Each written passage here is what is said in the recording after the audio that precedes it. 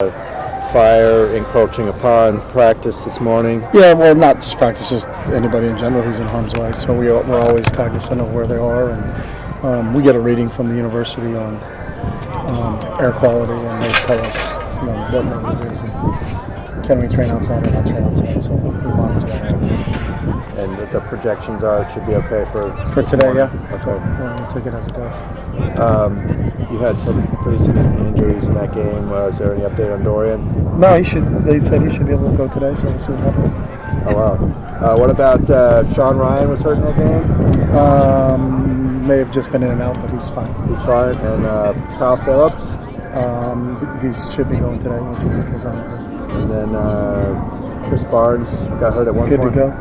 So everybody's pretty good? Pretty good from what they say, so we'll see what they can get through in practice today. I don't know if they'll go through the whole practice, but it sounds like everybody's going to try to go today. So you were up by 32 points when Dorian took off on that play. Is it maybe having a quarterback run with that big of a lead? No, it was a read, when he made the right read, and then one thing we try to preach is when all the time with our quarterbacks is that your concept is touchdown, first down, get down. So maybe he took off a little bit more than he could. We'll talk to him a little bit about that, but he made the proper read on the play, and then you got to learn how to protect yourself when you get out into the open field, and that's a learning process for all quarterbacks, and he's done a pretty good job of it so far this year, and we got to continue to coach that. Would there have gotten to a point in that game where he would have come out because you had such a big lead, or would you? Yeah, but I mean, at that point we hadn't had it yet. So, in Arizona State was putting a little bit of stuff together on their side of the ball. So, the game again really wasn't in check until the final whistle went off. So, Paul Rhodes seems to be pretty demonstrative on the sidelines. Is his role changing? Is he becoming more involved with the defensive play calls or anything? No. Same situation. Same status since we've been here. So okay. Paul's always been a demonstrative guy. That's one thing I love about him. He's a great teacher, very passionate about the game of football, and that's just Paul coaching. And Paul coaching is awesome. It seems like you ran out of the pistol a little bit more against Arizona State. Was that because of something they showed you, or was that more to hide the inside zone read?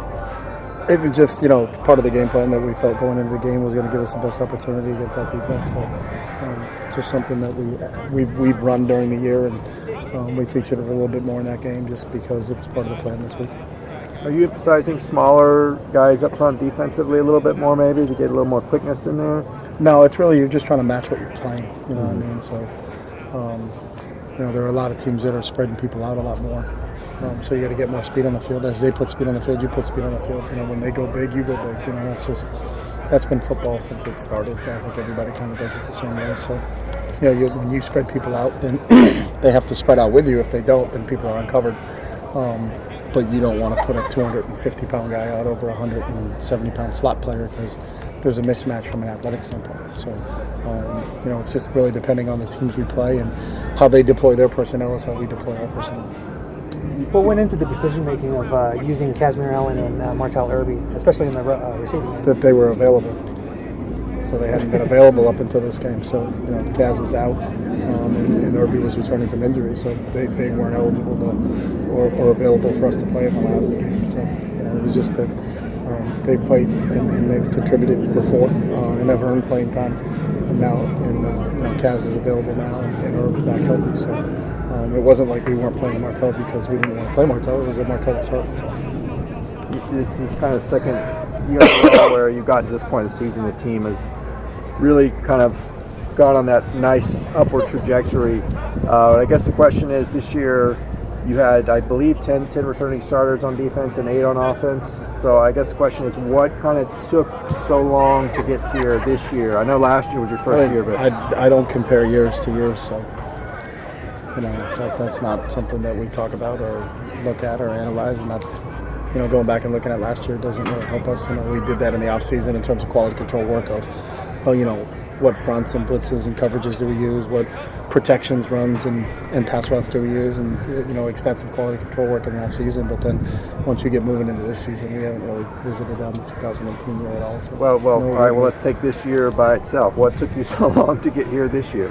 We play quality football teams. Yeah. I think you just can't write the narrative before the season starts. I don't know how you can even think that way. That's just kind of preposterous. You don't give any credit to the other teams that you play. I know the 3 teams we opened the season with right now all have 1 loss and are ranked in the top 25. So I would take our out-of-conference schedule and compare it to anybody else in the league and says ours is more difficult than them. So maybe if we played easier teams before we got into league play, then our record would be different. But I don't look at it that way or compare it that way or say how come it took a while to get going. Is it every season expresses itself in a different manner?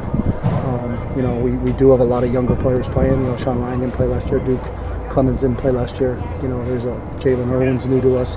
You lost Theo Howard, you lost Quentin Lake, you lost a lot of kids that played a lot of football for us. And how do you replace those guys, and how do those other guys, continue to grow as a group? And we're looking forward to playing Colorado. So to take your view of what the whole season looks like would be a waste of time, to be honest with you. What's the status on Javari Anderson? I haven't really seen him. Javari is out right now, and we'll see hopefully does he come back. But right now he's out this week. So. Is it an injury? Yeah. Did you? I'm sure you did relook at that targeting call. What was your opinion when you looked at it the second time? The officials called targeting, and he's going to have to sit for the first half of the Colorado game. Right, but did you feel that was an I'm not allowed call? to feel. So can't comment on officiating. It looked like Mafi was going to run on the field for an offensive play at one point. Do you have a package for him? No, I don't think Mafi was running on the field for an offensive play. He's on our extra point team, so we may have been going to kick a field goal or kicking an extra point. Neo's been on our extra point team and field goal team for actually for 2 years now. So I don't know if maybe that's what you saw when we were going to kick an extra point or a field goal. I think you were kind of in the goal line situation. So were we kicking? No. All right. Then he came back off, but I thought maybe. So if we're not kicking, then Neo shouldn't be on the field. So that's probably why he came back off. What do you say to a player like Jay Shaw when it looks like he makes a good play, but unfortunately it turns out to be targeting call and he has to leave? Yeah, that's just part of the rules. That's what the call is. It doesn't matter if we agree with the call or disagree with the call. That's what the call is. So you live with the call. That's life. You can go out on the highway and say you're not speeding. If the officer that pulls you over say you are speeding, you're going to get a ticket. You can argue it all you want, but it doesn't matter. So that's part of the process that we go through. And the rule for targeting is that you sit the remainder of that game and you sit the first half of this game, and that's what Jay has to do. So. Is there an appeals process for that? No, not that I know of. Thank you. Thank you. All right.